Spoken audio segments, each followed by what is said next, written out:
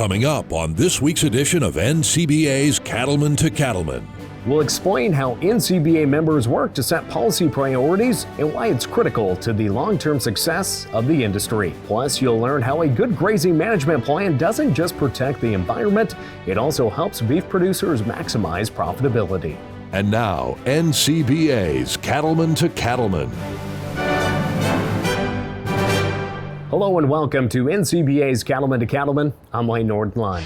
We're continuing our coverage of the recent cattle industry summer business meeting from San Diego, where hundreds of cattle producers came together to discuss critical issues, develop initiatives, and set policy that will help shape the future of the beef industry.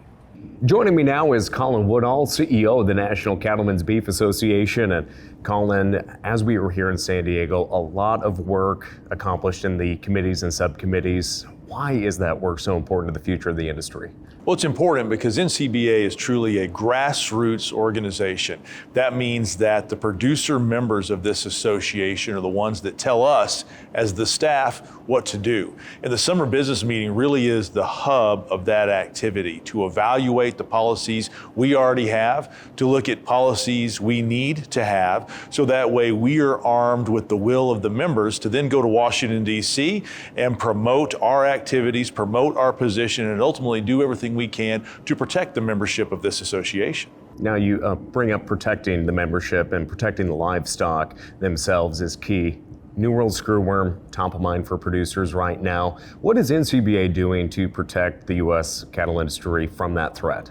Well, New World screwworm has definitely been a big part of the discussion here in San Diego, and our position as a national trade association has been to work very closely with a lot of our state affiliates, including the Texas and Southwestern Cattle Raisers Association, the Texas Cattle Feeders Association, to get prepared. And it really is preparation through multiple levels. One is to support Secretary Rollins and the work that she is already doing to help protect us from New World screwworm. The other side is to make sure that she has all the resources and funding from Congress to be able to do what she needs to do in the response. And then to help make sure that we are educating producers on the threats of New World screwworm, what to look for, and more importantly, how to treat this pest. Because we know we can treat it, we also know we can eradicate it, and that's the goal, to eradicate this pest and push it back into South America where it came from. Now, Colin, setting a direction for the beef industry is vital to having goals and accomplishing those goals. And here in San Diego, the beef industry's new long-range plan was released. Can you share a few of those priorities that were shared with producers this week? The long-range plan was a result of almost a year's worth of work by a task force of members of not only this association, but also of various segments within the cattle and beef industry supply chain. And they really looked at where we are today as an industry and where we want to go as an industry. This is something we do every 5 years. This is really a roadmap for us to be able to help define the work that we do, not only on the policy side of NCBA, but also the work that is done with the Chekhov-funded Federation of State Beef Councils. And we're going to focus on things such as research and innovation. We have to continually improve as producers to be able to stay viable. And in order to continually improve, we need to have new methods, new productions, new ideas. So research is key. We have to maintain our conversation with the consumer so that way we keep demand high. As long as we have high demand, we will always have a bright future for this association.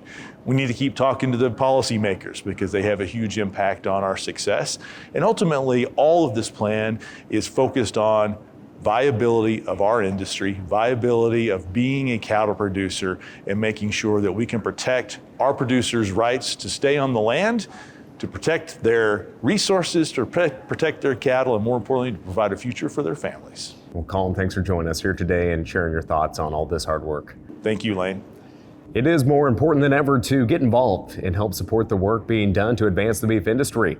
Simply call 866-233-3872 or visit the website ncba.org. Be sure to use the code C2C for a special offer just for our viewers.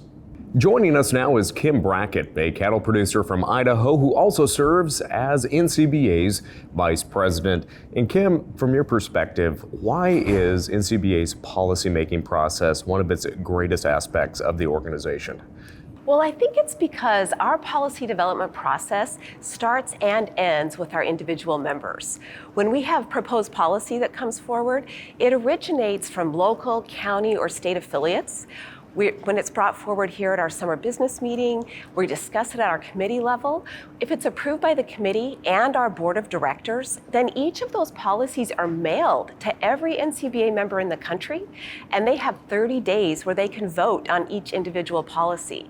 So that right there, that real grassroots participation gives us a great advantage as an association, and I see that when I'm in Washington, D.C.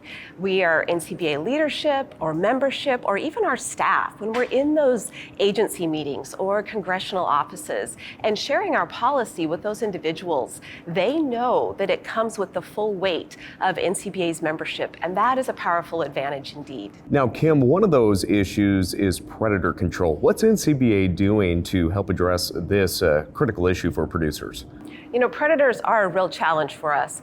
NCBA is working on several fronts. First, we're supporting the ESA Amendments Act, which would help reform and hopefully finally fix the Broken Endangered Species Act. We're also focused on the Pet and Livestock Protection Act, which would delist the gray wolf. I think we all know the gray wolf is recovered, and it's time we follow the science and finally delist this predator. Another predator we're focused on is the grizzly bear. So we're working to oppose the introduction of the grizzly in the North Cascades ecosystem. Now, public lands grazing is very important, especially for Western ranchers, just like your family. What is NCBA doing to make sure that there's a future for the multi-use of public lands and, of course, that opportunity for cattle grazing out on those landscapes? You know, we are public lands permittees. I'm from Idaho. It is a big part of the beef production system in our state and throughout the West. And when I talk about public lands, I always like to share a few statistics. I think it's important to recognize that public lands ranchers in the West are managing 250 million acres of land. And what that does is it makes us the frontline defense against wildfires, against invasive species. My favorite statistic when I'm talking public lands is that grazing reduces wildfire ignition by 50%. And it also reduces the severity of those wildfires. So when we look at that, it is really impactful to the production system throughout the industry. When we look at public lands grazing maybe from an economic perspective, the Department of Interior estimates that grazing brings back a $1.5 billion direct economic impact throughout the West. They also look at that from a broader lens of ecosystem services, and the direct economic impact at that level is $8.5 billion. So it's really important to the industry as a whole. Now, what NCBA is doing on that front, we partner with the Public Lands Council, working on several different areas. With this administration, we're focusing on regulatory reform and trying to encourage this administration to fully rescind the Western Solar Plan, the BLM Public Lands Rule. And then at the same time, encouraging them to do some reform on the BLM grazing regulations and the Forest Service grazing handbook and directives. Well, that's a lot that's getting worked on, and there's so much more that the NCBA team is doing on behalf of the nation's cattlemen and women. So a lot to take in, but a lot of good work. So thank you so much, Kim, for shedding a little bit of light on all those key issues. You're welcome. Thanks for having me today. Well, coming up, we'll discuss the Beef Quality Assurance Field Guide and how it can help you apply the BQA principles every day on your farm or ranch. Stay with us.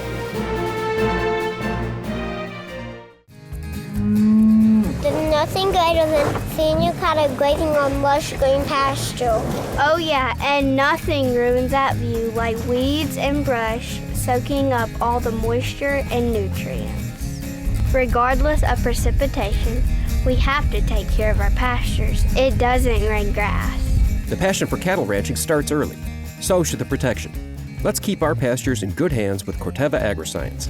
To learn more, visit rangeandpasture.com. Join the National Cattlemen's Beef Association. NCBA is the oldest and largest national cattle industry organization working to defend your interests in Washington, D.C. And there are big benefits to being a member. You'll get news you can use in the National Cattlemen, email updates in the NCBA Beef Bulletin, plus big discounts only for NCBA members. Join by calling 866-233-3872 or online at ncba.org.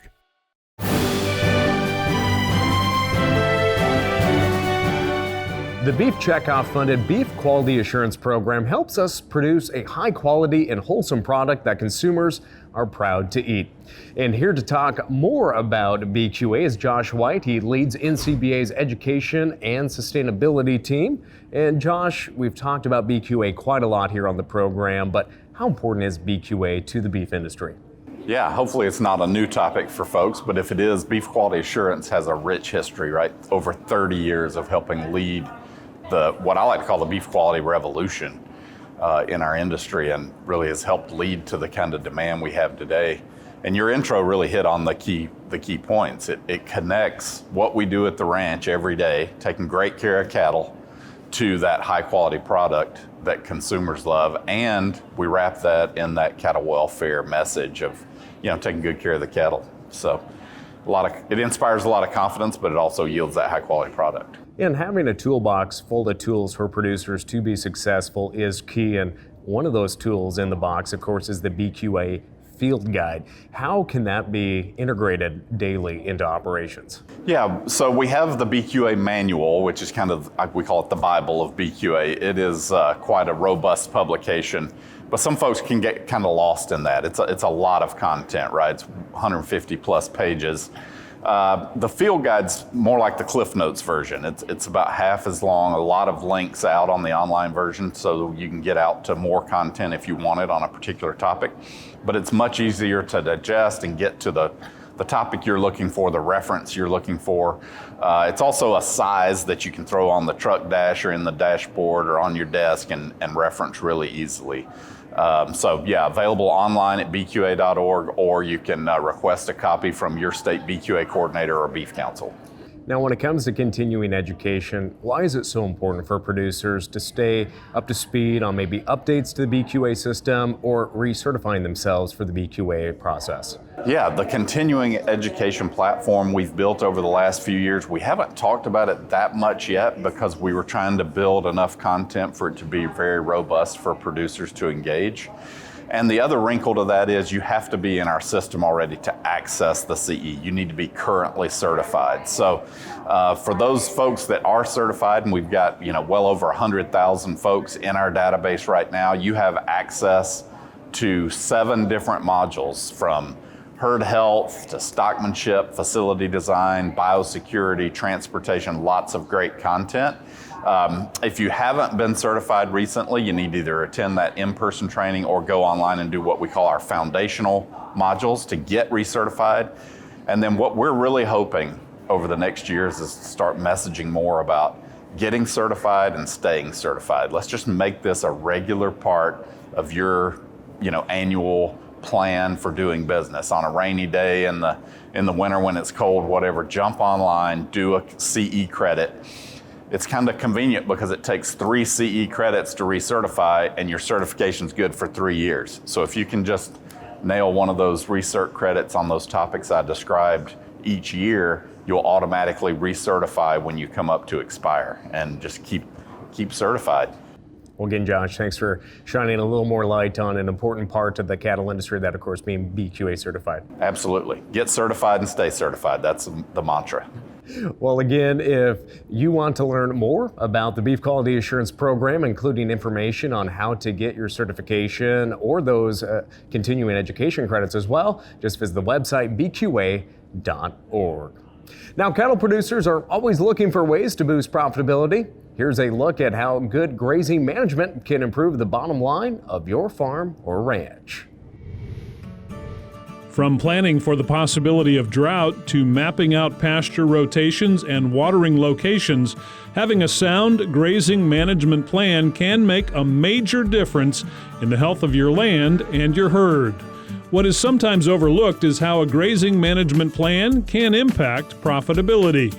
Any person that has a business has a plan of how to operate that. So it's the same for, grazing management for our ranch operation. We view our grazing management as an essential element of our business management, and therefore planning our grazing management becomes an integral part of how we plan the operation and future success of our business. Good grazing management, it's for everyone, right? It doesn't matter from the East Coast to the West Coast to Central Plains, wherever. Good grazing management is going to increase the bottom line for you, no matter where you are. Those with experience emphasize the value in getting every member of a farm or ranch team on the same page when it comes to a grazing management plan. And with a written document, everyone can understand what factors will trigger decisions that will influence the long-term health of the cattle business. I think a good grazing management plan can improve the overall profitability of any cattle operation. One of the ways it could do that, it could lower feed cost, but it can also improve animal performance because the animals are grazing better quality pastures, and it could increase weaning weights or maybe increase gains on stocker calves. And it could also allow us to have a higher stocking rate and actually run more cattle for the same unit of land when grazing management practices are applied to the operation. Every little thing that you do makes the next thing better, which makes the next thing better, which improves resilience, which improves grassland performance, which improves the cattle's performance, which improves breed-up rates, which improves the carcass quality of the calf at the end of the day.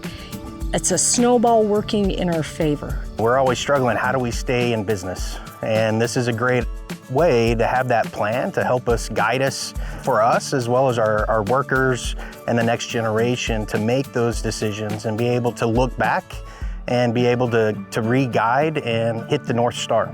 Bringing that plan to life, making a commitment to it, will change the way you think about your business and about the future trajectory of that business. In fact, I think that going through the steps of a grazing management plan are probably a good way for most operators who are typically more comfortable with thinking about production, right, than their business. It's actually a great opportunity to start thinking about production in a way that fully integrates into your business plan. By bringing those two things together, you'll be more successful in the long run, and future generations will thank you for it. Bottom line, a clear, well-thought-out grazing management plan written down and shared with the whole family or production team can help secure the economic future of a cattle operation. This segment was made possible by a USDA Natural Resources Conservation Services Grazing Lands Conservation Initiative Cooperative Agreement. Are you looking to maximize your grazing potential? Just visit ncba.org and click on the Education and Resources tab to download a free copy of the Grazing Management Workbook. Up next on Cattlemen to Cattlemen, we'll talk about the Federation of State Beef Councils and the ways it works to increase consumer demand for beef. Stay with us. Cattle producers across the country work hard to care for their animals and their land. The USDA's Natural Resources Conservation Service is there to help. Find out how you can work with NRCS to develop a conservation plan for your operation. Find possible funding resources for implementing conservation practices, or get free expert advice on ways to improve your farm or ranch. Visit the website nrcs.usda.gov today. Biosecurity is becoming more and more important in the cattle industry. Proper washout of your trailer after hauling certain classes of cattle, changing classes, or going to a different facility is all important. Changing your footwear, making sure that your clothing and your footwear is not contaminating different facilities as well. Using a side-by-side or a four-wheeler. All these things, when we go to different yards, different lots, make sure that they come back clean and not spreading disease. DQA, the right way is the only way. The Beef Quality Assurance Program is funded by the Beef Checkoff.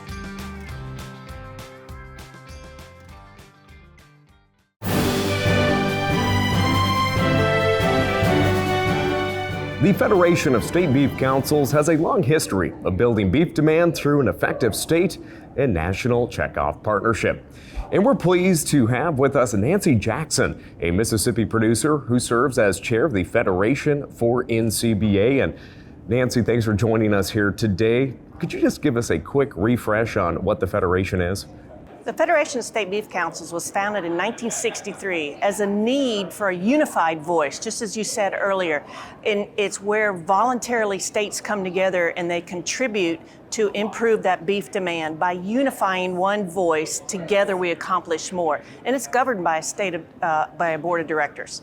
Now, what really is the benefit of having a multi-state partnership come together to voice concerns and raise awareness and work on issues?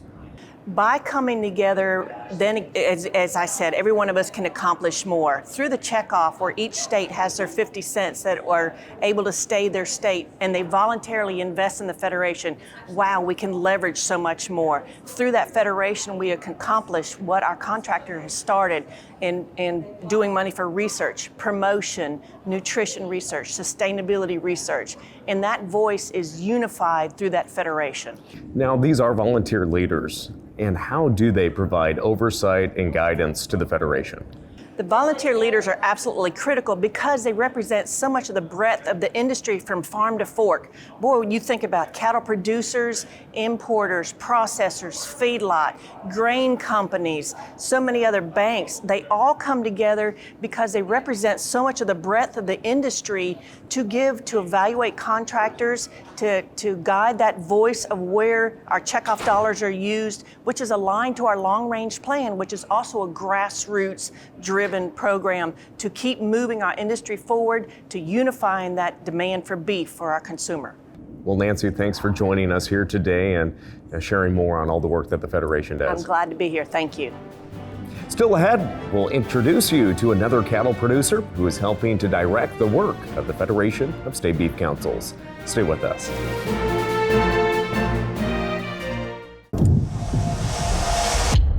Flagging obstacles, mapping boundaries, setting AB lines. What used to take plenty of time in the tractor seat now gets done with a Gator XUV.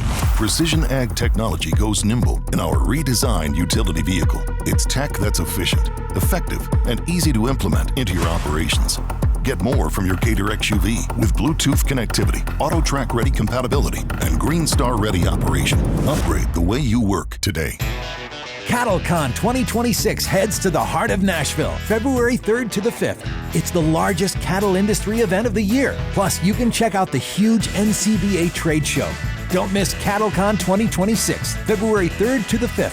Visit convention.ncba.org for more.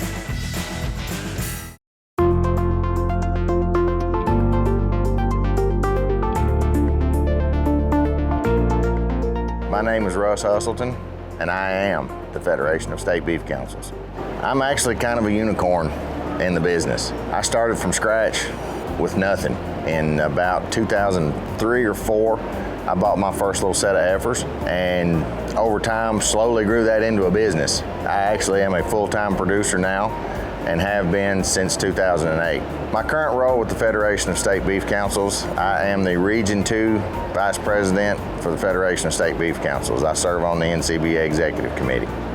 Volunteer leadership is vitally important, and that's something that people need to understand about the beef checkoff, is it's producer-led, period. Everything starts and ends with producers. From the beginning to the end, it's a producer-led organization. The collective effort of state beef councils, it's amazing what they can accomplish. You got a lot of shared resources, common messages. They can accomplish a lot of things that the individual state beef councils may or may not be able to do on their own, because, like it or not, the checkoff dollar amount is actually very small in the grand scheme of things. And so the state beef councils have to take every opportunity to be as efficient as possible in order to stretch those dollars out as far as they can go. One specific program that has had a huge impact on our state, recently, last fall, there was an ad campaign with a big box store.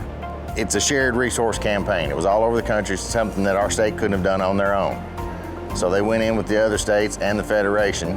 This campaign made 52 million impressions on consumers. If that's not your money being efficient, I don't know what is, and generated over $10 million in beef sales as a direct result of this ad campaign. My message to producers about the value of the checkoff, it's producer-led, period. Start, beginning, and end, it comes from producers. Producers are making the decisions, and one thing that I hit on, it is a cost recovery program. There's not an open checkbook writing checks. Contractors that want to receive checkoff funds have to present a proposal that's actually worthy of checkoff funds. They have to go and do the work. They have to prove that they did the work that they said they were going to do. Then they get reimbursed. Even after 60 years, the Federation continues to be vital. I don't care what industry you're looking at. Every single industry on the planet has some sort of a marketing department. The checkoff is working for us, doing the research, doing the marketing, making sure our product gets consumed as far and as wide as possible.